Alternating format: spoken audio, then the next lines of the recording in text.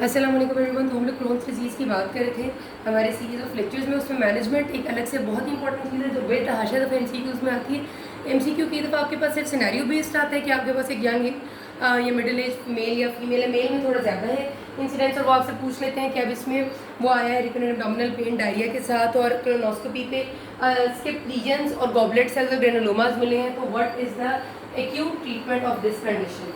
ठीक है, ये आपसे एक सवाल वो करते हैं। तो एक्यूट ट्रीटमेंट इसकी अलग से होती है, मेंटेनेंस अलग तरह से होती है और ये सवाल एक तरह से नहीं आता। फिर उसमें वो कई दफ़ा ऐसे कह देते हैं कि अब इसने एक्यूट ट्रीटमेंट में फर्स्ट लाइन पे स्टीरॉइड्स भी ले लिया और अमाइनो सैलिसाइलिक एसिड भी ले लिया, मेसेलाजीन, पर उसे कोई फ़र्क नहीं पड़ा, अब क्या दे सकते हैं हम। वो इस तरह से पूछते हैं, या वो ये कहते हैं कि स्टीरॉइड्स, मेसेलाजीन और एजाथायोप्रिन से कोई फ़र्क नहीं पड़ा, अब क्या दें, या वो कहते हैं पेरीएनल डिजीज़ आई है, अब क्या दें। तो हर चीज़ की मैनेजमेंट में थोड़ा फ़र्क है, ये अपनी याद रखें जो मैं भी बताने लग जा रही हूँ।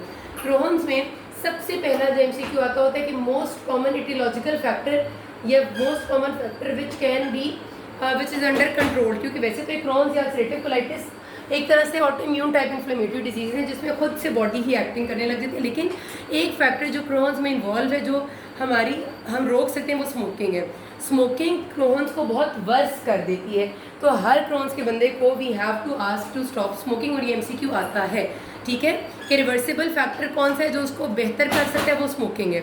जबकि अल्सरेटिव कोलाइटिस में स्मोकिंग हेल्प करती है अच्छा करने में, इसमें बुरा करती है। ठीक है, ये हो गया।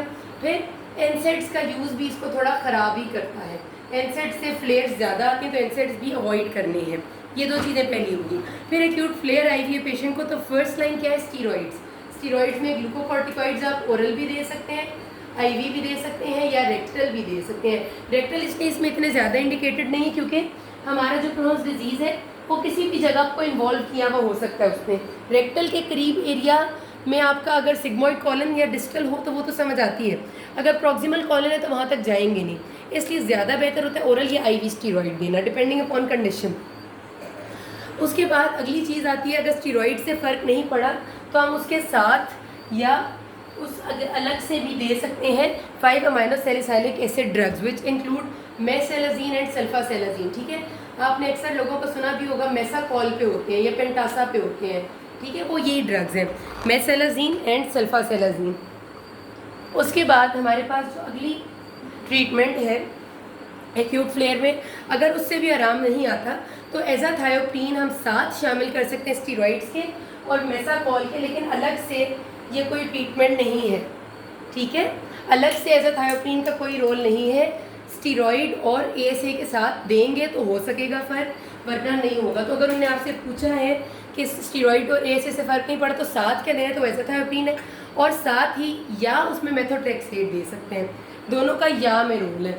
उसके बाद हमारे पास आती है, अगर इनसे भी फ़र्क नहीं पड़ा तो एक मोनोक्लोनल एंटीबॉडी जो मैंने लिखी हुई है इन्फ्लिक्सिमैब, ये भी दे सकते हैं, लेकिन इसका एमसीक्यू कभी आया नहीं है। अब आगे बात पेरीएनल डिजीज़ की, अगर पेशेंट क्रोहन्स का है और पेरीएनल के साथ प्रेजेंट किया है तो metronidazole is the drug of choice. कोई स्टीरॉइड नहीं, कोई एएसए नहीं, कुछ भी नहीं। जब भी मरीज़ को एक्यूट फ्लेयर में सिर्फ पेरीएनल फिस्टुला, पेरीएनल अल्सरेशन है तो मेट्रोनिडाजोल देनी है, ये याद रखिएगा।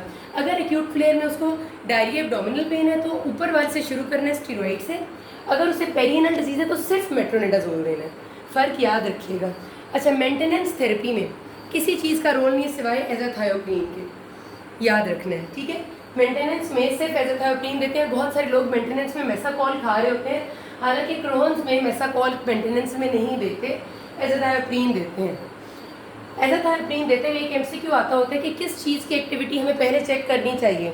थायोप्यूरिन मिथाइल ट्रांसफरेज एंजाइम है जो एजाथायोप्रीन को बाद में बॉडी से निकालता है, इसकी एक्टिविटी चेक करनी चाहिए, जिसको मैंने टीपीएमटी लिखा हुआ है। वो इस वजह से करनी ज़रूरी है क्योंकि अगर ये बॉडी से निकलेगा नहीं तो टॉक्सिक डोजेज में एक्यूमुलेट हो जाएगा, तो ये बहुत ज़रूरी होती है। और ये एमसीक्यू भी अलग से आते हैं, ये अलग से आता है कि क्रोन्स डिजीज़ का पेशेंट है, मेंटेनेंस पे क्या देना है, एजाथायोप्रीन देनी है, या अगर वो मेंटेनेंस पे है तो किस एंजाइम की एक्टिविटी चेक करके वो ड्रग देनी है, तो टीपीएमटी। क्रोन्स डिजीज़ बहुत बुरी है, बहुत ज़्यादा फिस्टुला, स्ट्रक्चर्स और इस तरह की चीज़ें बन जाती हैं, और अगर गट हद से ज़्यादा इन्वॉल्व हो जाए तो सर्जरी करनी पड़ सकती है। मोस्ट पेशेंट्स जो हैं वो उनको कुछ गट का हिस्सा जो बहुत ख़राब हो जाता है वो काटा जाता है और बाकी दोनों को जोड़ा जाता है, जिस तरह इलियोकोलोस्टमी हो गई, कुछ की सिग्मोइड कॉलन निकाल देते हैं, जो जो चीज़ें ख़राब होती हैं वो निकालनी पड़ जाती हैं। ठीक है, तो सर्जरी इज एन एरिया। पेरीएनल जो आपका एरिया जिसमें फिस्चुला बन सकते हैं पेरीएनल डिजीज़ में, उसका एमसीक्यू आता होता है कि उसमें फिस्चुला को चेक करने के लिए इन्वेस्टिगेशन ऑफ चॉइस क्या है, तो एमआरआई करनी है फिस्चुला को चेक करने के लिए। फिस्चुला ट्रैक कैसा है, ठीक है, कंट्रास्ट डाल के एमआरआई करते हैं तो फिस्चुला ट्रैक आइडेंटिफाई करते हैं। फिर फिस्चुला ट्रैक को जब तक हम सर्जरी से ठीक नहीं करते तब तक क्या करना होता है, ये भी एमसीक्यू आता है। तो उस एमसीक्यू का जवाब दिया कि सीटोन यानी एक धागा उस ट्रैक के अंदर डाल देना है जब तक सर्जरी नहीं करते। उसका मकसद ये होता है कि वो जो धागा है ना वो उसे खुला रखेगा, बंद नहीं होने देगा, तो उसके अंदर इन्फेक्शन नहीं होगा। जब तक खुला है रास्ता तब तक ड्रेन होता रहेगा। ये भी एमसीक्यू है आपका। फिर आखिरकार क्या करना होता है, उसकी सर्जरी करनी होती है। और अगर पेरिएनल एब्सेस है तो incision and drainage is the drug of choice, IND। ये भी एमसीक्यू है। पेरिएनल एब्सेस की ड्रग ऑफ चॉइस मतलब management of choice, incision and drainage, और फिर एंटीबायोटिक्स है। तो ये बात खत्म होती है, कोई मसला भी गिना। Thank you.